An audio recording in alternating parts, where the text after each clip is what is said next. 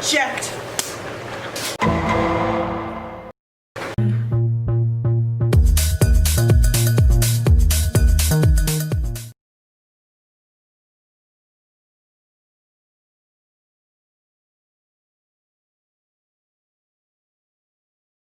Hey guys, and welcome to my channel if you are new here. And my name is Debbie, and if you are a returning subscriber, returning viewer, welcome back again.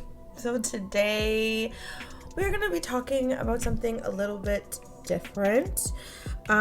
So it turns out that Tati Westbrook, who is Glam Life Beauty Girl, she's a beauty girl on YouTube basically. So, I don't know, there's a lawsuit going on involving her. So, we're going to get into it. And yeah, I don't know if maybe you've been around here that long, but probably not. I used to do makeup videos because, you know, there's a few passions in my life. I would say music, the law, and makeup. I just love it.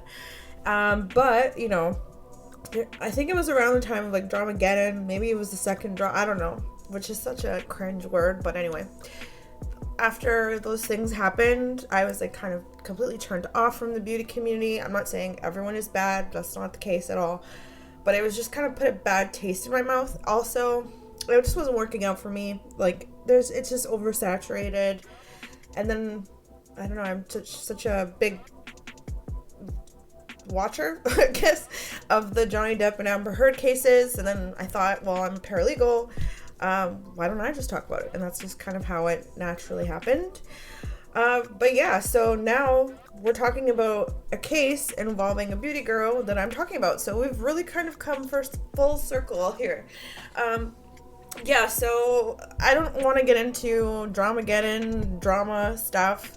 That's not what I'm here for, and I'm sure everyone knows all about that, and if not, I mean, look it up on YouTube or something. I don't know.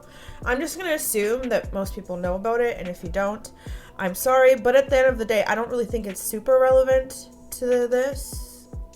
I don't think so. But yeah, so basically Tati owns Halo Beauty, which she said that, you know, she created the products herself and all that stuff, but apparently that wasn't truly the case. And Tati definitely puts on this air of, I almost kind of got a sense of, you know, privilege. I don't know what the word is, like almost like she's on her high horse, like very, I don't know, I don't want to say nose up in the air, but just very high and mighty, maybe. That's kind of the energy that I got from her. I don't know how to describe her. She just kind of reminded me of those like well-off women. I don't know. You know what I mean. But anyways. So, turns out that might not be really the case. So, I'm going to read from the legal document, or at least the few pages that I was able to find. And I'm going to link that down below. So, I'm going to read this. So, this is filed in the County of Los Angeles. It's by a guy named Clark Swanson. It says individually and derivatively on behalf of Halo Beauty, which is what we all thought was Tati's company, and he's suing Halo Beauty partners, Tati Westbrook, James Westbrook, her husband, Tati Halo, and Tati Cosmetics, which is she made a palette with Tati Beauty. Okay, so let's get into it. It says here, summary of the lawsuit. This is a lawsuit caused by the defendant's greed. Tati Westbrook, one of the first and one of the most successful YouTube beauty influencers in history, together with her new husband, James Westbrook, plan a nutritional supplements business split 50-50 with Mr. Westbrook's old friend and colleague, Clark Swanson. Before the business got off the ground, the Westbrooks, unhappy with owning only 50%, approached their business partner, Clark Swanson, and sold him on a deal. Give them 2/3 of the business, and in exchange, the Westbrooks would commit to use Halo Beauty as Miss Westbrook's umbrella brand for all her beauty launches, cosmetics, skincare, fragrance, all of Tati Westbrook's beauty products. Mr. Swanson agreed to those terms. Halo Beauty's first product launch was a great success.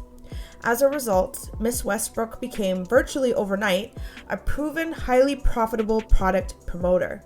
The Westbrooks made millions of dollars in distributions on the 16.66% of the business that Mr. Swanson gave them. With great momentum and significant sales, Mr. Swanson and Halo Beauty set out to launch additional products. The Westbrooks, however, got greedy.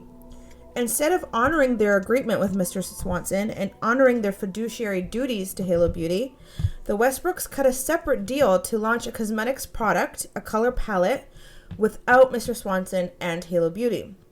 Future launches in makeup, cosmetic accessories, and fragrance were also planned separately and without Mr. Swanson or Halo Beauty participating. As a result, Mr. Swanson and Halo Beauty have been robbed of the benefits of the agreement with the Westbrooks, and the Westbrooks continue to profit from an agreement they never honored.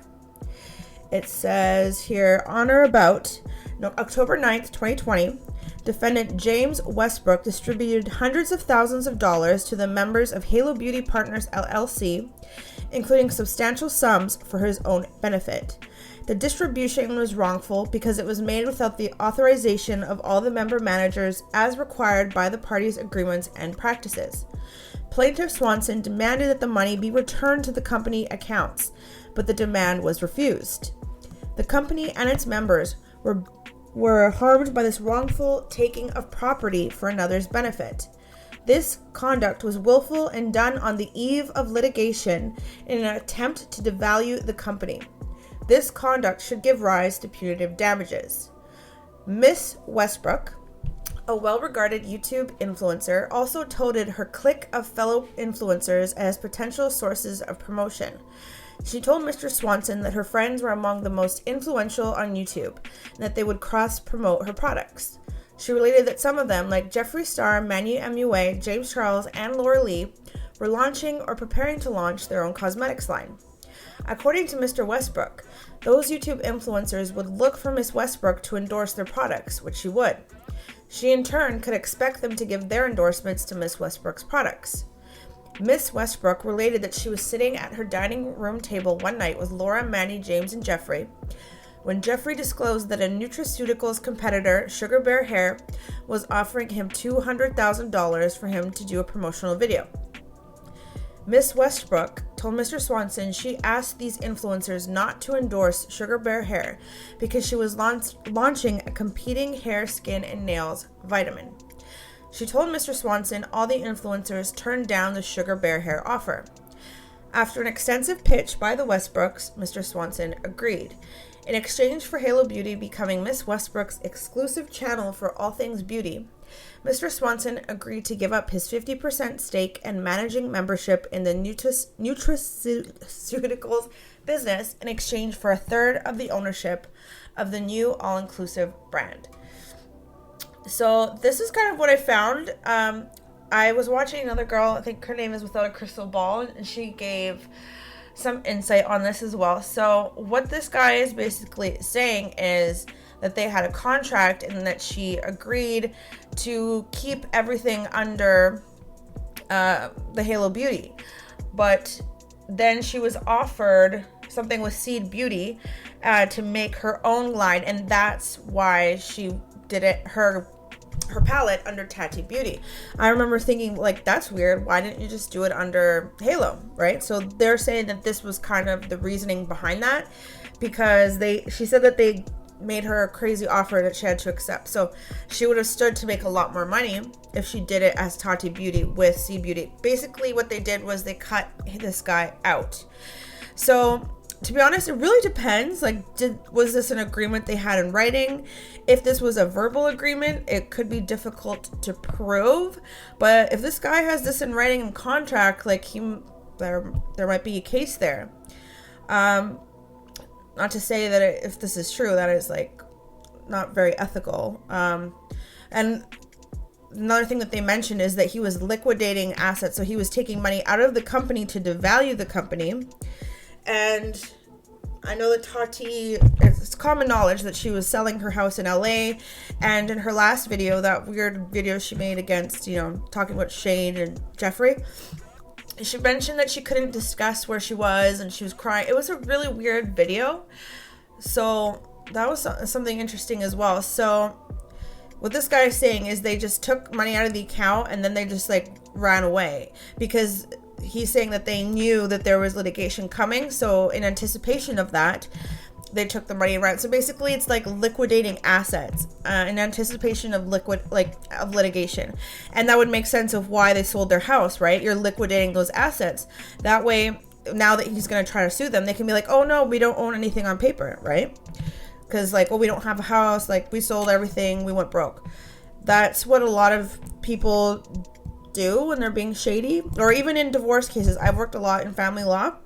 Like if someone's being shady, I worked on a case where they just put all their money into Bitcoin because on paper you have no money, or you know, you sell your house or you put your shit in someone else's name. You know what I mean?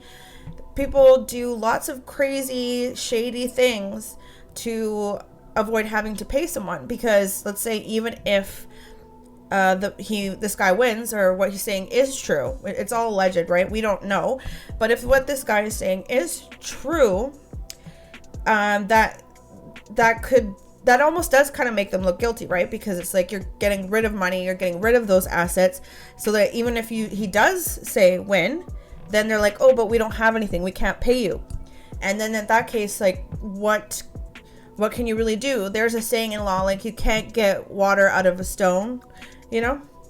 So even though they might very well have money, if it's not on paper, how do you prove that, you know? So who knows? But I'm definitely interested in this because it's just crazy to me, because it's completely different from the persona that Tati put out. But I mean, whatever, drama aside, I'm not interested in that. I have no desire to like discuss drama, but I'm very interested in maybe seeing where this case goes, if this is legitimate, because that's crazy, especially being an influencer with like what, she has over 10 million followers, and she would have, if this is true, have the balls to do this. Like, that's a lot, you know, especially thinking that it wouldn't catch up to you. You know, you have over 10 million subscribers. You're not just Joe Blow where you can pick up and move away, right? You're kind of known. So I don't know, that seems like a lot, but just judging by the actions that we kind of saw happening even before this came out, it does kind of look a little bit sus, to be honest. So if I wanted to read the whole court document, I think it's like $15 to buy, which I'm okay with, but I'm just wanting to feel out the interest. If any of you guys are interested in this, I'm totally okay with doing that and maybe reading the whole thing or keeping up with this as it comes. But of course, if you guys aren't interested in that, that's totally okay, but no sense in, you know, keeping it up with it. But I'm a little bit intrigued because this, and apparently, this is alleged, but allegedly her husband went to jail on trafficking charges. He's like charged. So apparently her husband has a very sordid past and criminal record, and he's done a lot of shady things. So I mean, that's all alleged. I haven't looked too much into that, but that's apparently one of the things that was brought up in the lawsuit. So I'm very curious to read everything, but I'm curious to see if you guys are also interested. So let me know if this is something you're into, and I'll keep up and read more on it, because I don't know, I feel like this could get really interesting. And I'm not interested in the drama of it, just the legal aspect of it, and learning more about, you know, this kind of lawsuits, because this is like a breach of contract, breach of here it says here exactly what it's saying. He says verified complaint with direct and derivative causes for breach of fiduciary duty, negligence, gross negligence, fraudulent inducement, which is a false promise, breach of contract, breach of the duty of good faith and fair dealing, promissory estoppel, unjust enrichment, aiding and abetting breaches of fiduciary duties, aiding and abetting the breach of the duty of good faith and fair dealing, and conversion, which is when you convert or liquidate assets. Yeah, I don't know, I would be interested just to learn more about that. At the end of the day, this is about the law, and you know, she's a YouTuber, so it's kind of crazy. But yeah, guys, I guess that's it for today. Just wanted to like dip my toes in the water of this lawsuit, so to speak, and see if you are also interested in it. So yeah, let me know what you think. And once again, thanks so much for watching, and yeah, I appreciate appreciate every one of you guys so much. Hope you're doing well and staying safe. And I'll catch you in the next one. Bye.